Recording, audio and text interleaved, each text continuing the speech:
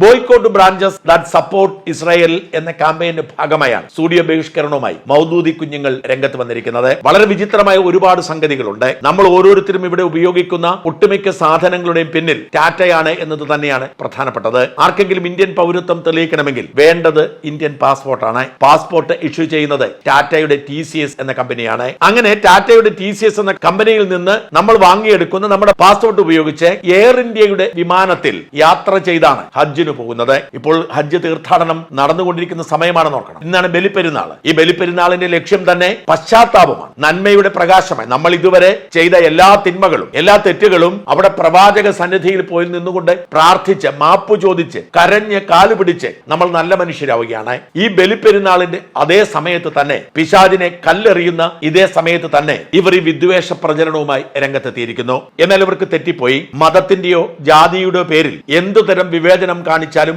അത് തിരിച്ചറിയാനും അത്തരം ക്യാമ്പയിനുകളെ തോൽപ്പിക്കാനും ശേഷിയുള്ളവരാണ് മലയാളികൾ എന്നവർ മറന്നുപോയി. ബോയ്ക്കോട്ട് സൂഡിയോയുമായി മൗദൂദി കുഞ്ഞുങ്ങൾ രംഗത്തിറങ്ങിയതോടെ സൂഡിയോയിലേക്ക് വലിയ തിരക്കായി. വാസ്തവത്തിൽ സൂഡിയോ എന്ന് പറയുന്ന ടാറ്റയുടെ ചില്ലറ തുണിത്തര വിൽപ്പന സ്ഥാപനത്തെക്കുറിച്ച് ജനങ്ങൾ അറിയുന്നത് പോലും ഇപ്പോഴാണ്. തിരുവനന്തപുരത്ത് കേശവദാസപുരത്ത് സൂഡിയോ എന്ന സ്ഥാപനം ഇതിനു മുമ്പ് എന്റെ ശ്രദ്ധയിൽപ്പെട്ടിട്ടുണ്ട്. പക്ഷെ ഞാൻ ഒരിക്കൽ പോലും അങ്ങോട്ട് പോയിട്ടില്ല. ആ ബോർഡിന്റെ വലിപ്പം കാണുമ്പോൾ എനിക്ക് തോന്നിയിരുന്നത് ഇത് വലിയ ആഡംബര തുണിക്കടയാണെന്നാണ്. ആഡംബര തുണിക്കടയിൽ പോയി സാധനം എടുക്കുന്ന രീതി ഇല്ലാത്തത് കൊണ്ട് ഈ ബോർഡ് കണ്ട് ഭയന്ന് മാറിയിരുന്നവരൊക്കെ ഇപ്പോൾ ഞെട്ടലോടെ തിരിച്ചറിയുന്നു. ഈ നാട്ടിൽ ഏറ്റവും വില കുറഞ്ഞ തുണിത്തരം കിട്ടുന്ന സ്ഥാപനങ്ങളിൽ ഒന്നാണത്രേ സൂഡിയോ. സൂഡിയോ ടാറ്റയുടെ ഒരു പുതിയ ബ്രാൻഡാണ്. 2016 തുടങ്ങിയത്. സൂഡിയോയുടെ ലക്ഷ്യം തന്നെ ഉന്നതമായ ബ്രാൻഡ് കുറഞ്ഞ വിലയ്ക്ക് കൊടുക്കുകയാണ്. അതേ സൂഡിയോയിൽ ചെന്നാൽ വില കുറഞ്ഞ മൂല്യം കൂടിയ സാധനം വാങ്ങാം എന്ന സത്യം ജനം ഈ ക്യാമ്പയിനിലൂടെ തിരിച്ചറിഞ്ഞിരിക്കുന്നു. ഇതോടെ സൂഡിയോയിലേക്ക് വലിയ ജനപ്രവാഹമാണ്. ഇതിനു മുമ്പൊന്നും കണ്ടിട്ടില്ലാത്ത വിധത്തിൽ ആളുകൾ സൂഡിയോയിലേക്ക് ഒഴുകിക്കൊണ്ടിരിക്കുന്നു. സൂഡിയോയ്ക്ക് താങ്ങാൻ കഴിയാത്തതിലധികം കച്ചവടമാണ് കേരളത്തിലെ സൂഡിയോ ഔട്ട്ലെറ്റുകൾ നടക്കുന്നത് എന്നാണ് വ്യക്തമാവുന്നത്. അതായത് സൂഡിയോയെയും ടാറ്റയെയും പൂട്ടാൻ